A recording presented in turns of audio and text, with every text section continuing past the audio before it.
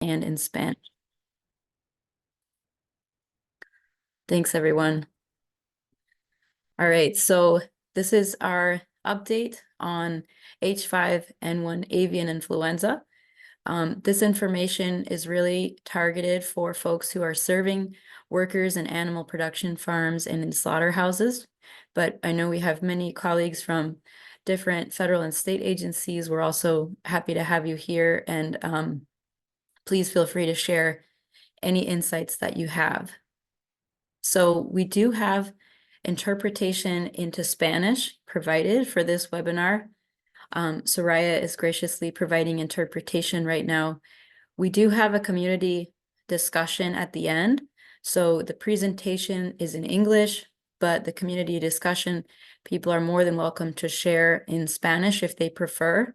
If you do not understand Spanish, I recommend that you click the interpretation button. It's like a little globe at the bottom of your screen and select English. So the interpreter will switch. If we have a Spanish speaker, they will interpret into English. Bienvenidos a todos. Tenemos interpretación en español. La señora Soraya está brindando la interpretación. Esta información se va a presentar en inglés, pero en el fin vamos a tener un discurso entre todos nosotros. Pueden compartir sugerencias, comentarios en español, no hay problema. Y Soraya va a traducir la información en inglés para los que no entienden el español.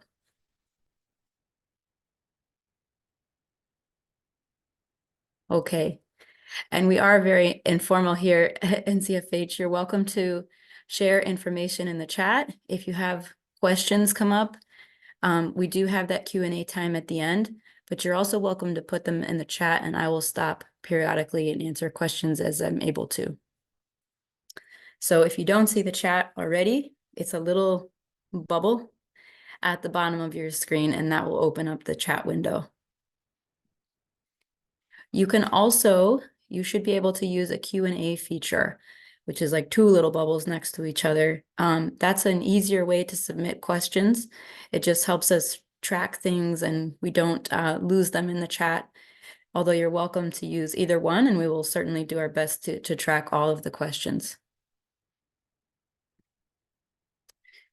At the end, this is a meeting format, so you're welcome to come on camera. At the end, when we have some discussion, you can come off of mute. You can raise your hand if you would prefer, or if there seems to be quite a bit of discussion, you can raise your hand and I will call on you during that time towards the end of the hour. Okay, so let's get started. I'm excited to hear from you all about what you're hearing about H5N1 and share a little bit of information about it. I am the Director of Research and Public Health Programs at the National Center for Farmworker Health, and my background is in epidemiology. For those of you who don't know us, we're a nonprofit. We're based in Texas, although we have staff that do work in many different states across the country. And we are really a capacity building organization, and we seek to build the capacity of different farm worker serving organizations, different public health and government agencies, employers, workers themselves, to all work together towards improving the health and well-being of farm worker families. All right, so here's our agenda. We have quite a bit of information, and I want to be sure and leave plenty of time for discussion. So we're going to talk a little bit about what we know about the H5N1 flu virus. We're going to summarize really briefly some of the key actions that federal agencies are taking to respond to H5N1. We're going to talk a little bit about what we're doing at NCFH, and then we will open it up for discussion. Okay. So we're going to have a little bit of a science class, and I hope that's okay. So if anyone has any questions, please put them in the chat, and I will stop and address them as we go through some of these slides. I think it's really good information to have, especially if you don't have a background in public health, and this information might help you sort of better interpret the news as it's coming out. And we certainly will keep seeing more news about this. So H5N1 is a type of flu virus. What is a virus to begin with? I think a lot of folks aren't even quite sure about that. So a virus is just a little bit of DNA or RNA that's wrapped up in a protein package. Viruses don't replicate on their own like bacteria do. So what viruses do is they have to kind of hook on to a host cell, and then the DNA that is in the virus will instruct the host cell on what to do. So it works differently than bacteria or parasites or other disease-causing organisms that we deal with. For the influenza virus, right, there's different types of viruses. Influenza is one type of virus. Coronavirus is a different type of virus. But for influenza, there are 4 types of viruses, A, B, C, and D. Type A influenza viruses are the ones that we worry about with humans, because those are the only ones that can cause pandemics. And influenza pandemics happen when we get a new type of flu virus that humans, broadly aren't immune to already. We have lots of different flu strains that kind of float around that people may or may not have immunity to already, but we get worried when it's one that we don't have an existing immunity to in the population. And then the other sort of ingredient that has to be there for a pandemic to happen is that this new flu virus would have to spread pretty efficiently among people, whether it's through respiratory droplets, like through a cough or a sneeze. Things like that have to happen so that a lot of people get infected, and that's when we would see widespread disease from a virus.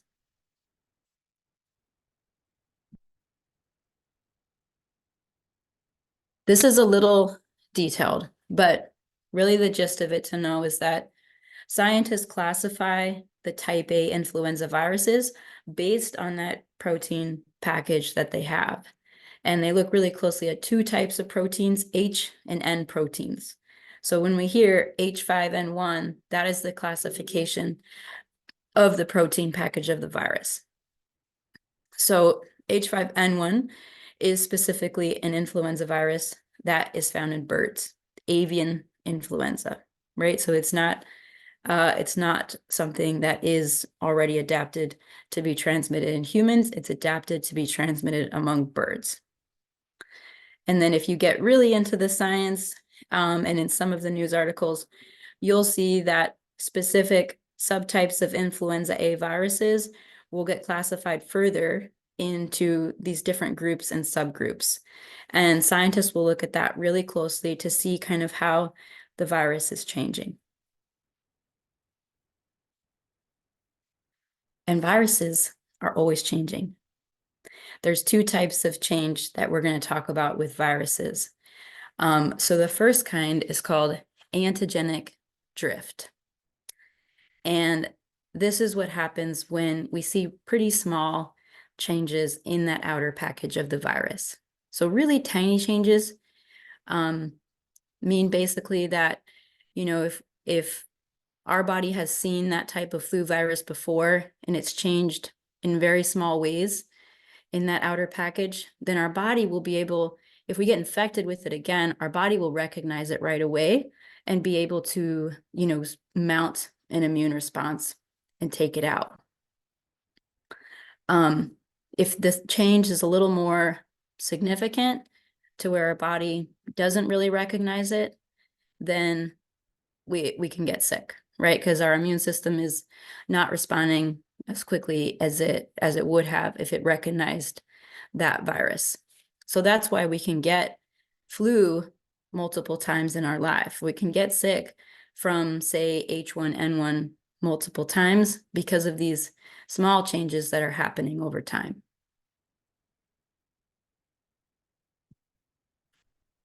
So that's antigenic drift. Antigenic shift is what happens when there's a much more abrupt, sudden change in an influenza A virus. And we saw this happen in 2009 with H5N1, and it jumped from pigs to humans. It had a sudden change, a sudden mutation. And when that happened, humans were then transmitting that swine flu virus to other humans. So we saw this big change, and that's kind of what we're on the lookout for basically now with H5N1. So with animals, it's complicated. There's a lot of science, but we start to get really concerned if they're infected with multiple flu viruses at the same time. And I'll show a picture about that. But one way to think about this antigenic drift versus antigenic shift is to think about maybe somebody with a haircut, right? Like if you have a friend and they go and get their hair trimmed, like you may not even notice it. They're going to look like the exact same person. The change was very minor. That's antigenic drift. If your friend with hair that goes down to the middle of their back comes to you at the coffee shop and they've shaved their head, it may take you a second to even recognize them. It's a really big, sudden, abrupt change. That would be an antigenic shift. All right, so this image is some different ways that avian influenza can infect humans and different ways that it can kind of change over time and in different scenarios. Very simplistic, but you'll get the idea. So over here in the first one, we have a human getting infected directly from an infected bird. So this human got sick with avian influenza directly from a bird that had it. Now, this person could get sick from it and the virus stays the same. It doesn't change. And the illness ends with that person, right? The virus doesn't spread to other people in this person. Or it could potentially change, right? We call people or animals that are sick with a virus, we call them a host for these uninvited guests. And the virus could change in the host, in the human host, or it could stay the same.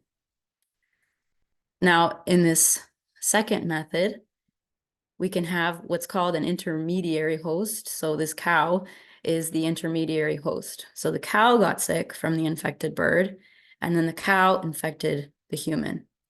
At any of those points, the virus could mutate. It could mutate in the cow, it could mutate in the person. And what I was just talking about in that previous slide is here on method 3. So this is what happens when we have a host that becomes a mixing vessel. So this cow in this scenario has been infected with avian influenza virus and a human influenza virus.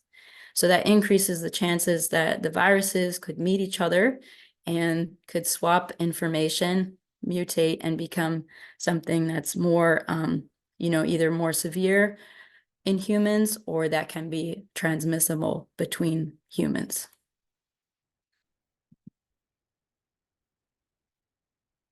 So what do we know about H5N1?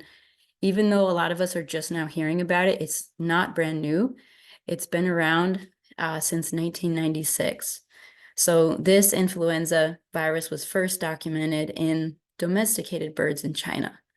And the year that it got documented, we did have 6 human deaths recorded from H5N1. It kind of died down. We saw it pop back up a little later in Asia, and then about 10 years later, it had been spread by wild birds to multiple continents. So H5N1 was identified in wild bird populations in Africa and the Middle East and in Europe by 2005. And then there's been some outbreaks among domesticated birds like poultry in different parts of the country in that time as well. We didn't see it here in the US and Canada until 2021. And since then, things have kind of seemingly been speeding up, and we'll talk about that in a moment. But more recently, just 2 years ago, is when H5N1 started causing outbreaks on US poultry farms with infected birds.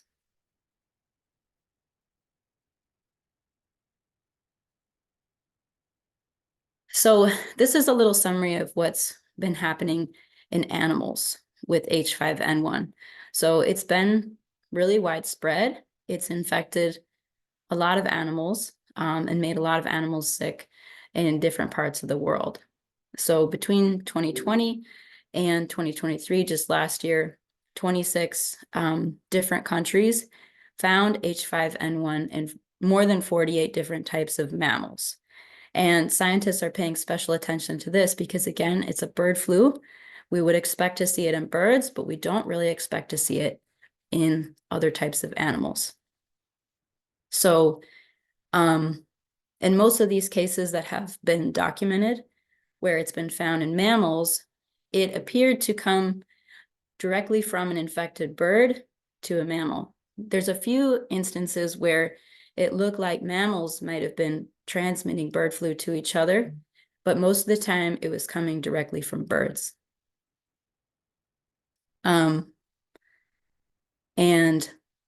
Most of the infected mammals have been carnivores, right? So they were eating birds that were infected. I'm just now seeing that a participant cannot see the PowerPoint. Are other folks seeing the PowerPoint? Yes.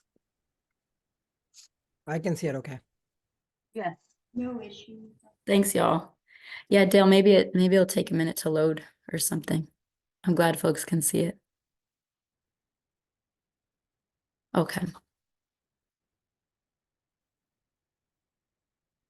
All right, so cows, we've heard about it in dairy cows, and we'll talk a little bit about why that's unusual. So this is a new host for this type of avian influenza, and cows are what? Cows are herbivores, right? They don't eat meat. So they're not out there like a fox eating dead birds or sick birds. And so we don't really understand fully how cows have gotten H5N1. And what we're seeing now in the US is that it looks like that cows are spreading H5N1 to each other, right? It's not just birds infecting all these different dairy herds in 9 different states. It seems like that cows are doing it. And I think a lot of that thinking is based on the fact that, we saw herds get infected after infected cows from Texas were shipped out to different states like Michigan. And then just a side note, here in Texas, when the outbreak started, the veterinarians noticed that something was unusual because they noticed first dead birds on the dairy farms, and then they noticed dead cats. And avian influenza viruses are very lethal in cats.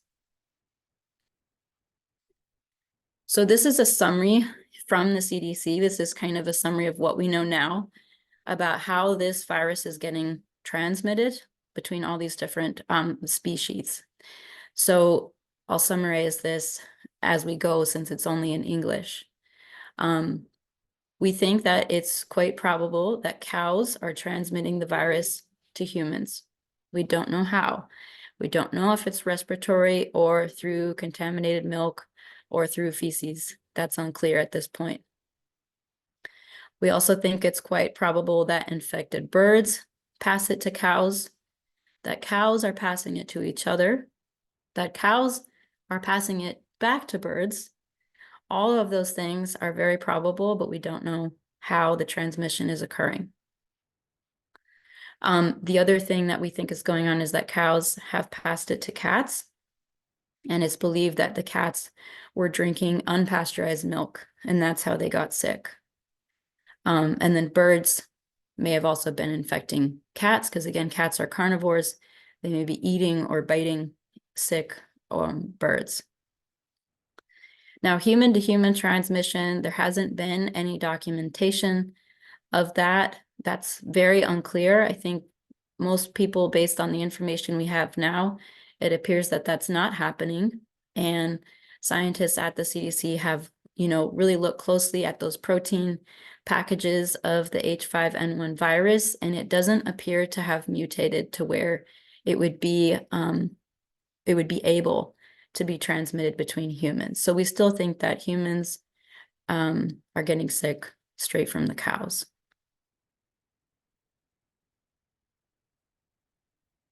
So this is what we know about H5N1 in humans. Again, we've had this going on for about 20 years. And in the last 20 years, 878 humans have tested positive. Half of those people died. So that's why H5N1 is also called highly pathogenic avian influenza. There is a low pathogenic avian influenza that doesn't cause such severe disease. But that's the concern. And who knows, surveillance is really tricky.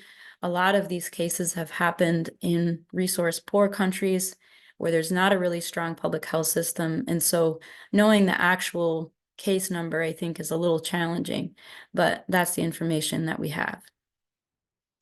The highest number of human cases happened in Egypt.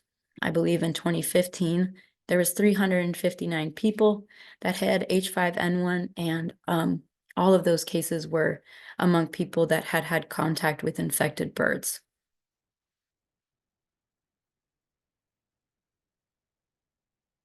When it happens in humans, it's a lot like other types of flu. So, symptoms like fever, cough, sore throat, having a runny nose, having those body aches or headaches, feeling really tired. And then you might get respiratory symptoms as well, where it's difficult to breathe. And then less commonly, people will have diarrhea, nausea, vomiting, or seizures. And then the other thing that's a little unique with the avian influenza is you can get this eye redness, also called conjunctivitis. We've had 2 cases of humans getting sick with H5N1 in the United States. The first case happened 2 years ago. It was with a poultry worker in the state of Colorado, and the only symptom that worker had was fatigue. They were working with infected birds. They were doing the culling, so killing and getting rid of the dead chickens. This case was a little unclear because there's something that can happen, especially if you're in that kind of environment where there's a lot of poultry dust. Is what can happen is contaminated material can get into your nose or your mouth, and you may not necessarily have an active infection of flu, but when they did the nasal swab, it came back positive, but they were, I think some of the scientists involved in that case were, they were like, it's a little unclear if this person had an active infection or if they just had material in their nose that tested positive. And I think that the reason they proposed that they may have not had an active infection is because they only had fatigue as a symptom. So that case is a little unclear, but it's counted still as the first positive human case of H5N1 in the United States. The second case is the case that a lot of us have heard about that happened or that got reported last month. And that was in a dairy worker in North Texas. His only symptom was the conjunctivitis, so the eye redness. And there's a photo of that in the article in the New England Journal of Medicine that just came out. We can drop that link in the chat if you want to, so that you're aware of what it looks like. I'm sure many of you have seen it. This case is more concerning to scientists because this is the first time that we think that H5N1 got transmitted from a mammal to a human. So all the other cases that we've known about all appeared to be transmission from a bird to a human. So this signifies that the virus might be changing, basically. And that's why there's some concern. So who may be, at risk of being exposed to H5N1? This information is coming from the current CDC guidance, and it includes animal production workers and the farmers, especially in dairy and poultry. It includes vets and, staff like vet techs, other animal health responders that are going onto the farms, and slaughterhouse workers who perform, certain tasks. It doesn't apply to all of the workers in a slaughterhouse. And that full list of which tasks are at risk are on the CDC link. And thank you, John, for clarifying. I missaid that. So if it's highly pathogenic or low, that's classified on what it's doing to the birds, not to the humans. Thank you, because I did misstate that. And then lastly, the other group that is potentially at risk would include public health responders. So outreach workers, if they are going on to farms with infected flocks or infected herds, they would also be at risk.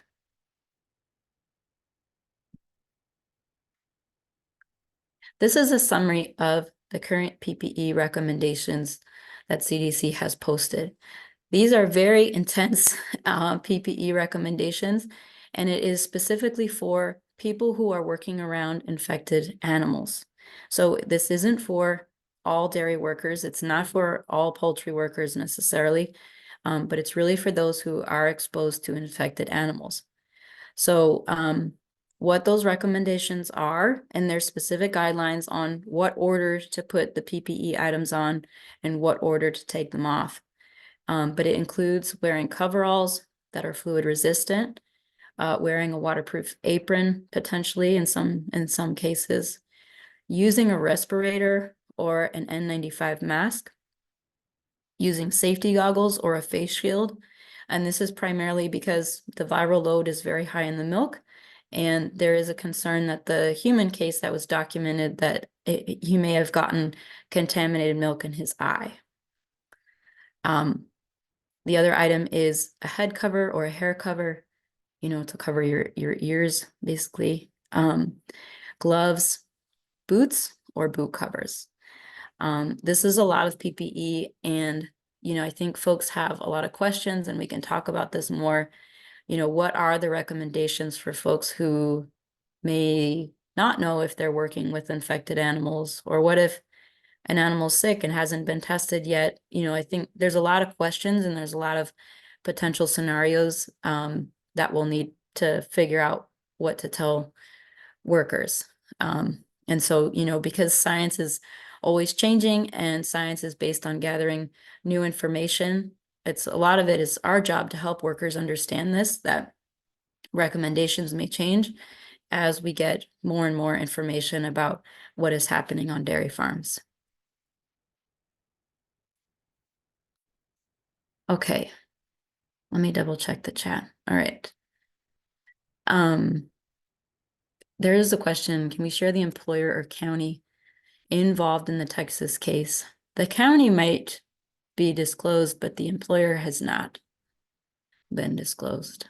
Most of our milk shed in Texas is up in the Panhandle, kind of around Amarillo.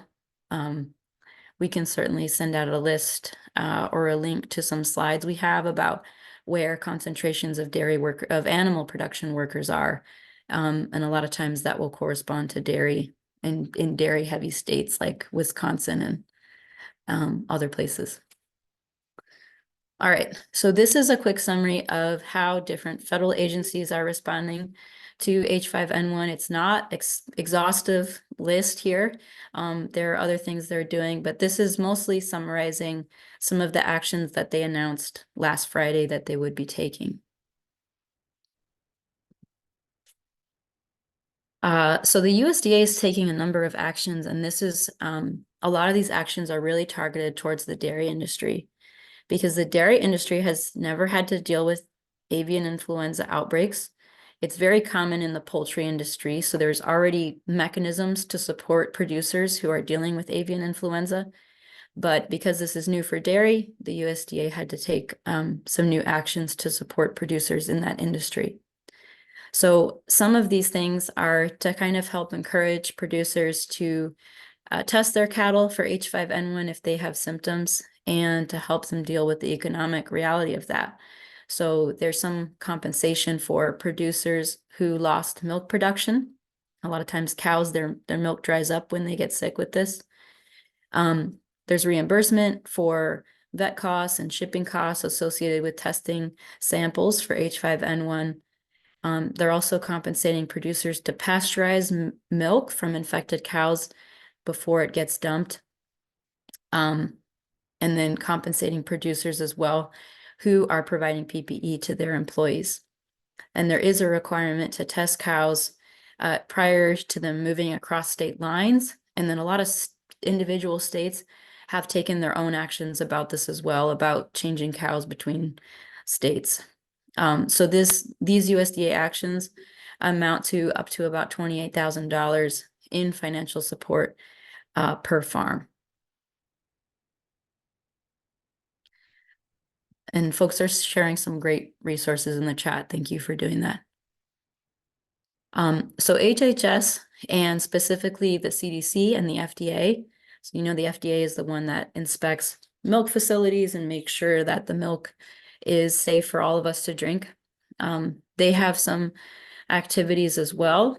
And the CDC specifically is allocating quite a bit of funds for testing, developing test kits, and doing the bench science that needs to be done to track how this is changing or not changing. There's money allocated for monitoring people who are exposed to sick cows, doing contact tracing and other basic kind of epidemiological activities related to this. There's money to support a vaccine, potentially, if that became necessary for humans. And then there is money for partner funding to reach really vulnerable, high-risk populations. Many of us work with dairy workers in really remote areas or dairy workers that speak indigenous languages. These groups would all be really important to reach, especially if they are in high-risk jobs. And then many of you may have seen too that the CDC is doing wastewater surveillance. They've been doing it to monitor COVID levels, and they're also monitoring that influenza type A levels in different wastewater systems.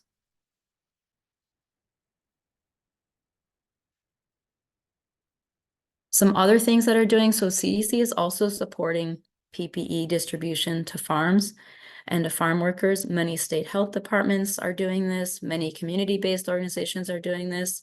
Hopefully there should be no issues in accessing PPE for workers who are around infected animals.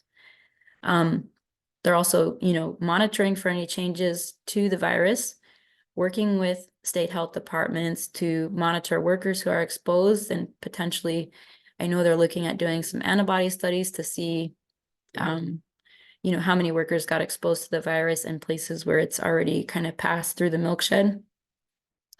And workers who participate in those data collection activities can receive up to $75. And so I think depending on the study, my understanding is that workers may need to do a nasal swab or a blood sample. So with more active infections, it would be a nasal swab. But if we're looking at antibodies, that would be a blood sample. And then FDA is monitoring that, the safety of the milk and safety of meat as well.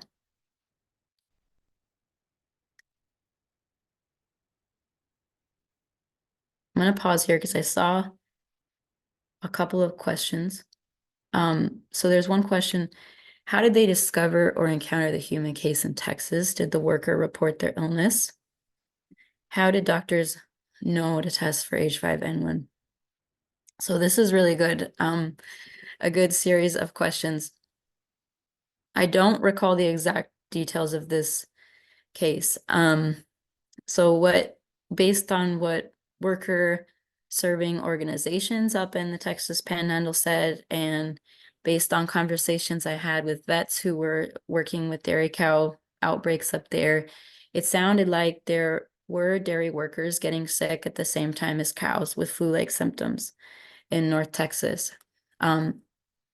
For a variety of reasons, I think about 30 workers have been tested specifically for H5N1. Only one worker tested positive. I think there were some timing issues with some of that testing, and that's why folks are working on doing the antibody testing now. But it's really unclear. It could have been that humans were getting H5N1 from the cows.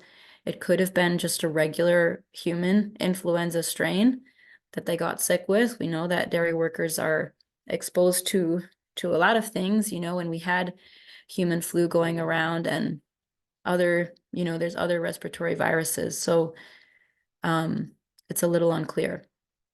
But this worker was in, he was working in an exposed herd, and that's why it got detected. For workers to get tested off the farm, there's a couple things that need to happen. And that's why there's actions being taken, I think, to educate clinicians. And there's actions that we can take to educate workers who are concerned for their health.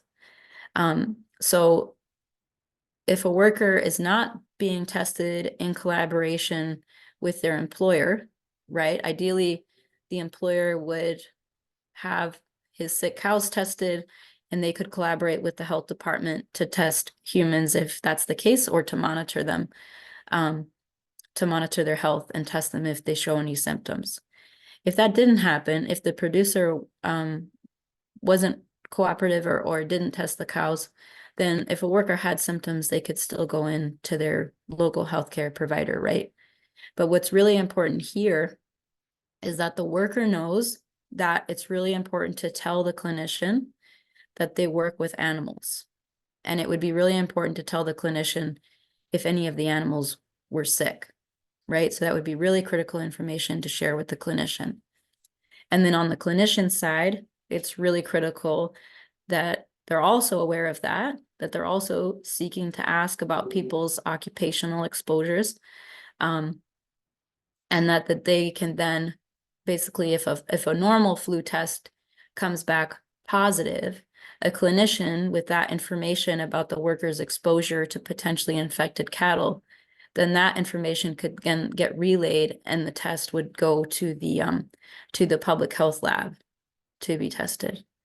And then CDC colleagues on here, I believe what happens then is if at the state public health lab, if it's H5N1 positive, it would go to CDC. We'll wait, but I think that's the chain of command for that.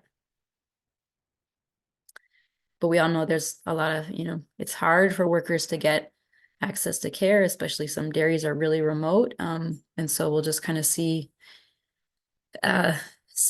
what we can do. But we'll talk more about this in the discussion.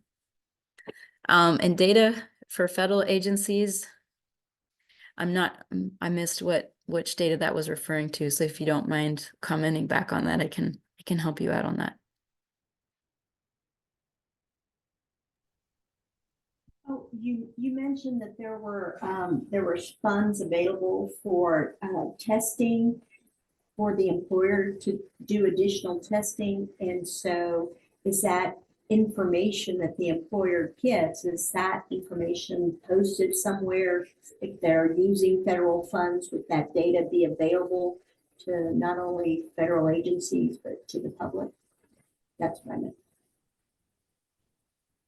Yes, that's a good question. So in the chat, there is a fact sheet link posted, USDA HHS fact sheet. That's the reference document for the information I just shared.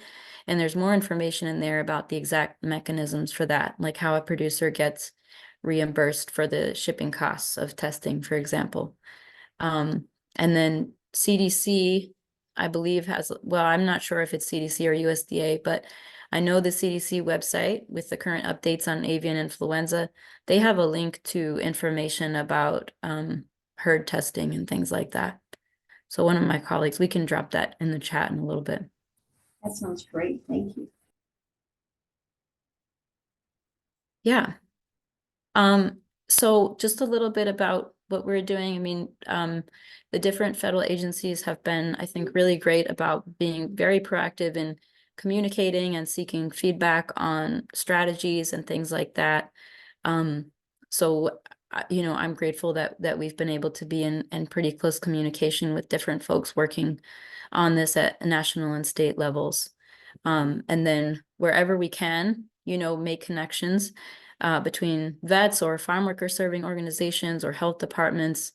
We're happy to do that and have been doing that in some areas. We are currently funded by CDC to address emerging infectious disease concerns, including influenza. So we're working closely with them on that aspect. And then We are working on some health education materials. I think there's a big need for more, and I'd like y'all's feedback on that. And then we've gotten a lot of y'all's help identifying languages and language varieties spoken among dairy and poultry workers. And then other types of data that we've been supporting different agencies and partners with about animal production workers. So many of you, we have a poll that we did about 10 days ago, and we asked about 40 farm worker serving organizations to respond. They were organizations that we knew served significant populations of animal production workers. And so those respondents shared really wonderful information about languages being spoken, and about other pieces of information, like the general level of awareness or concern among their organizations or among workers in their community about H5N1. So we can share that link as well in the chat. And if you have information to share, especially about languages, we'd love to hear it, because we think that dairy workers are such a diverse population. We'll really have to translate all the educational material into quite a number of languages. So any info you have on that, we'd appreciate it. These are some different resources. So this top one is the one that I mentioned that has links to a lot of other information, like about where testing of infected herds is happening. All these links are in the chat now. We also have at the bottom a link to our farm labor data dashboard. We're looking to add some more dairy specific information to that dashboard, but it's a good start. It can give you information about the number of animal production workers in your county or in in your state. And it does have some different farm location data and things like that. And we'll be looking to improve that over the next few months. All right, good. I stopped right on time. Let me check and see if there are any other outstanding questions. I think I got them all in the chat. But we have questions for you all on the call. You're welcome again to respond in the chat in English or Spanish. You're welcome to come off of mute. But these are some of our big questions, I think. One is that I would be really interested to know, especially from folks who are familiar with milk parlors and how dairy farms work, what your thoughts are on the current PPE recommendations for workers who are working around infected herds. How feasible are they just in that environment? Assuming people are willing to put on all that PPE, how well would it actually work, in a milk parlor? I can speak a little bit. We recently published an article regarding what workers can do to try to increase the safety among the parlor. For those that don't know me, my name is Martin Mangual. I'm a dairy extension educator here with Michigan State University. So my work is directly train workers on different aspects of their job. So we've been pulling to this situation to try to provide resources for them. Based on the current recommendations by CDC, there are a couple things that are slightly more impractical for farmers to wear, as it will difficult their task inside the parlor. One of them is the mixture of goggles and mask. The parlor is a very heavy, humid environment, so there's a lot of fogging that's going to be happening that is going to be really uncomfortable, and that will lead to most of the workers taking probably either the glasses or the mask off. Based on the current information that we do have, we know that unpasteurized or raw milk is kind of one of the main primary sources of infection. So that's why in that article, we are recommending that goggles should be primordial, especially if the herd have tested positive. And a face shield can also be thrown on top of that to prevent the face from droplets that may happen by just doing the normal milking procedure of testing.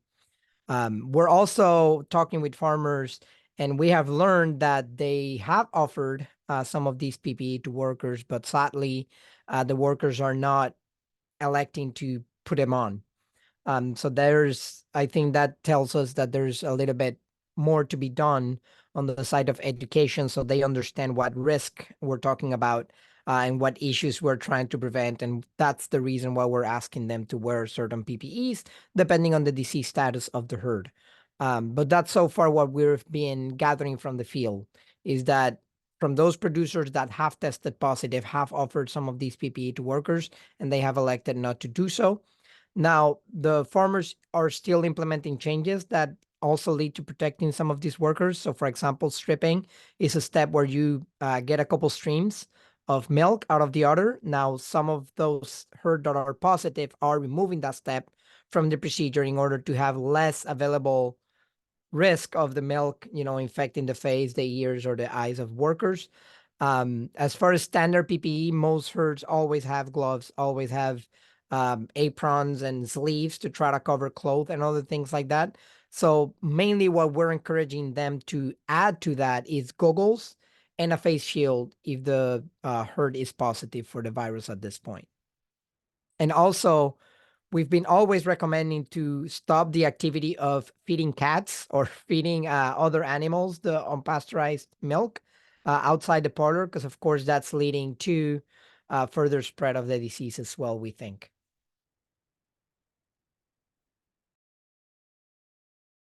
I would like to build on what Martin said. My name is Elmar Rodriguez. I'm an assistant professor at Michigan State University. We have been visiting farms, infected herds with the virus. I've been working, taking students with me. We are wearing the whole PPE, disposable coveralls, enclosed goggles, N95 mask. And has been very difficult for us to work with all that equipment. So in practice, I see that using all that equipment is something that we cannot really recommend for workers because they will not use it. We are really struggling with that, and the fogginess and everything, even in the pens. So based on the results that we are seeing right now, most of the cows that we test in hospital pens are coming positive in milk and nothing else. And cows that are non-clinical, extremely few of them test positive. So if the herd is doing a good job at separating cows with abnormal milk or looking sick, it's more likely that those cows will be in the hospital.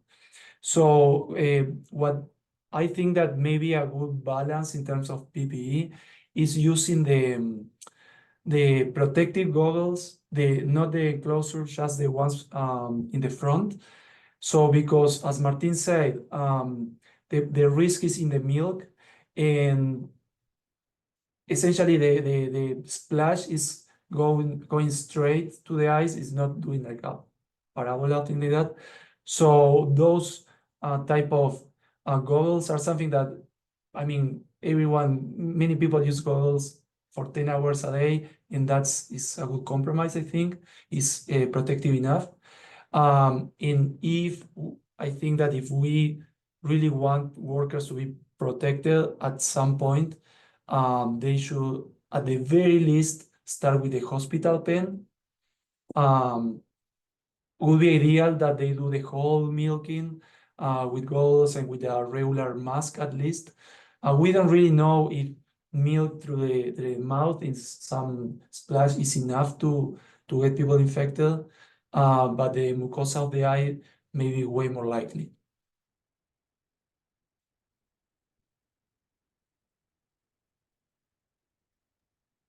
Thank you for sharing all of that. And we've had a question come up a bunch of times that I have for you guys about folks caring for calves. What are they feeding calves, and do they have any particular risks? Yes, in that same article, we do speak about those farms that are feeding raw milk to calf expand the amount of people that could be at risk, because of course, most times in many herds, the ones feeding calves are different from those that are working in the parlor. Now, some farms do have a pasteurizer in farm, and they do pasteurize the milk before offering that to the calves. But if they are not pasteurizing the milk, the recommendation would be the same. Whoever comes in contact with raw milk or unpasteurized milk should be wearing the proper PPE, which for calf feeders might not used to this, but should include an apron, sleeves, and at least some glasses that they can prevent from splashes of moving the milk from bucket to bucket. Other farms that are feeding milk replacer, of course, are not going to be at risk of these because they're not managing or handling the raw milk of the cows. Yeah, and that is also true for colostrum. So we have tested calves, and those have been positive. So, and the way of transmission is likely through colostrum. This is great, and I would love for other folks to share. I have one more follow-up question. I know that some of the vets in Texas, some of their concern was when they were seeing milkers sick, but they're also seeing feeders and office staff sick at the same time. So I don't know if anyone on the call has heard of more recent developments or if around that. So if I may, I'm Mireille Shaheen. I'm an extension dairy specialist at the University of Idaho. And if I may comment, is we've heard lots of rumors, and you know how rumors are, but we've heard rumors that people are not reporting illnesses. And it seems that the rumor is that lots of people are getting sick at the same time as the cows being sick. And so, but again, without being tested, it's very hard to know if that's the case. For us, so far, we've opted to work with our state veterinarian, but also to really severely limit the number of people that are going on dairies. We've canceled almost all tours. We've canceled, to tell you the truth, any research we're doing on dairies. We've canceled even students going on dairies. So really to the necessary personnel being there. And the dairy industry is looking at also from a biosecurity point of view, okay, what can we do to prevent that transmission from one dairy to the other? But again, that rumor out there, and that was one of my question is, are we really underreporting? Do we really know the number of cases? And for sure, I think that's a question floating out there. So.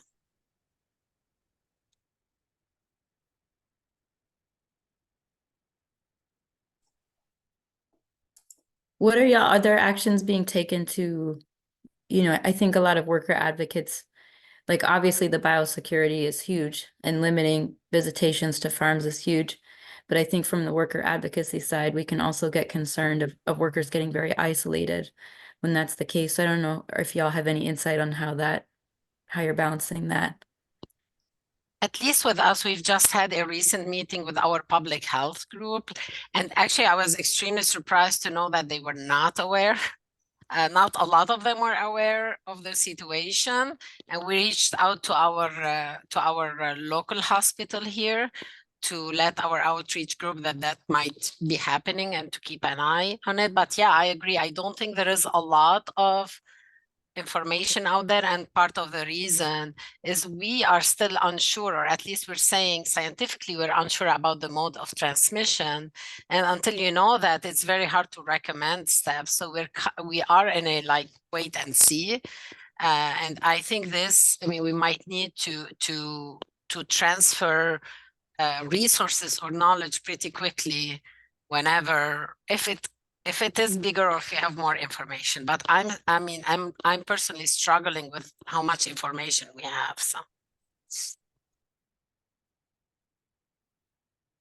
Yes, I think that's everyone's big question.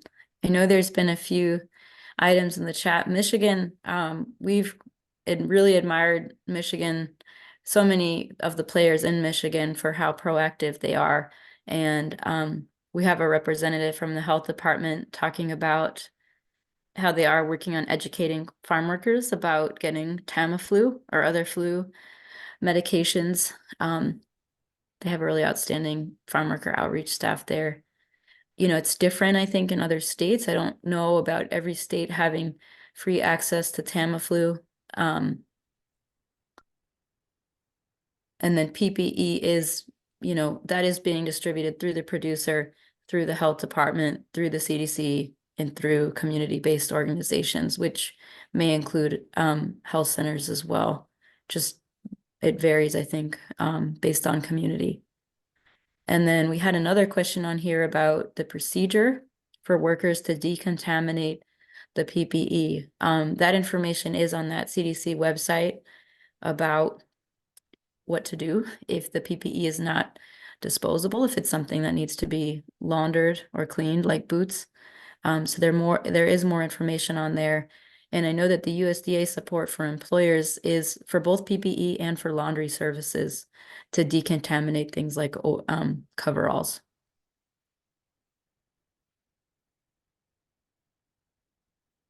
Okay. What do y'all think about this sort of balancing act in the few minutes we have left, this balancing act between, workers already have a lot of concerns about their health or about their pay or just any of life's concerns. So I'm curious what folks think about balancing this messaging, given that there is limited information. What do you think needs to be done in terms of providing this information to workers, and how much to underscore it? I think one of the important things on the message is that workers start to use the PPE or the safety goggles, at least even if they don't have cases in their farms, because usually what happens is that once a farm gets infected, it happens like 2 weeks until the virus is detected. There are many cows that are subclinical, and by the time that they start to see all these cases, they were exposed for a long time, for a couple of weeks at least. So, and if they can use this protection as part of their daily life, like they use gloves, right? That would be very beneficial, not just for this virus, but for other pathogens too. That's great information. Yeah, and hand washing, encouraging lots of hand washing, I imagine would be really prudent. Is there information about the incubation period in cows? And incubation period, for folks who don't know, is just how long it takes from getting the virus to showing symptoms. That is around like a week. We don't have the exact number because in our case, at least when we arrive to the farms that are infected, they have been infected for some time before. But what we have been able to estimate is around a week. But not all cows get infected and not all the cows show symptoms. The symptoms that we see are more secondary based on dehydration, the drop in productivity, the drop in meat production is because the dehydration, that is because the low drop in water intake, because the fever. So it's a long way, right? But when they show symptoms, it's around that time. Which a partner has brought up, several partners in New York have brought up the really good idea of training animal production workers to really act as public health frontline workers, and training them in some, basics on epidemiology, and also being able to really quickly recognize these things. Like if animals aren't drinking as much, the workers caring for them might be able to signal that before economic repercussions are felt and noticed. So it's a great conversation too. Yeah, so Amy, the CDC did provide instructions on donning and doffing, so putting on and taking off PPE, and that should definitely be part of the training for workers, which we'll all get that figured out soon on how to educate workers. I know it's happening on a lot of farms, and then other folks I think are more concerned.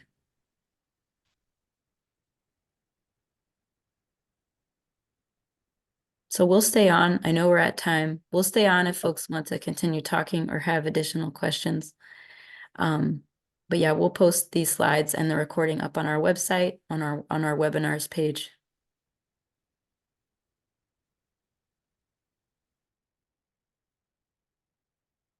Yeah, and certainly, Amy, I think it would take a full in-person training to show workers what to do with PPE and not just passing out a flyer. It would take a hands-on approach.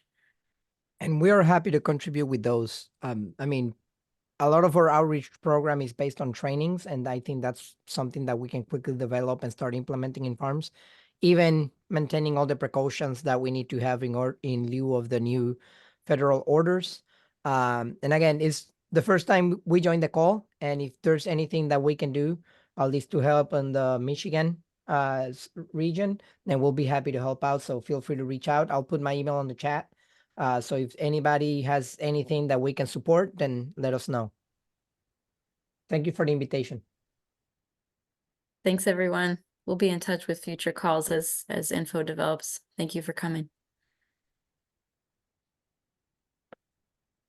I have a question. Mm-hmm. Is that happening only in dairy farms or poultry farms, or also happening in another kind of farms, like vegetable farms or any other? Good question. Yeah, so it's in poultry farms in 48 states in the US, and it's on dairy farms in 9 states right now. It's in wildlife, I think, in, most states in wild birds. But right now, those are the only types of farms that are affected, is poultry and dairy. And I think probably will be, I don't know if you are doing that already, but will be great if you contact directly the companies and train somebody from the company, or go, I don't know, train somebody.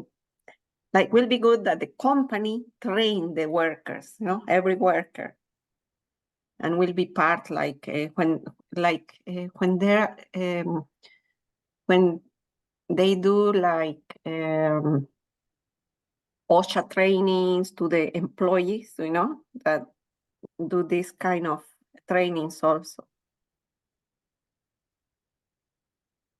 Yes, absolutely. It's unclear to me how, I think there is a tendency in worker trainings to not necessarily give the full picture. And that's something that could probably be strengthened on most farms, is that really helping workers understand what we know, what's going on, why it's a risk, etc.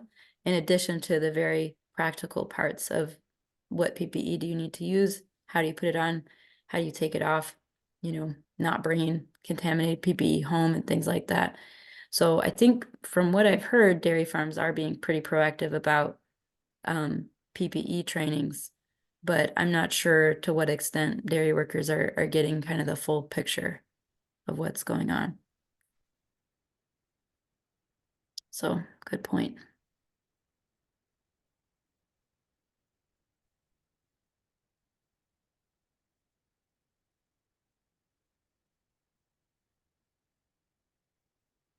All right.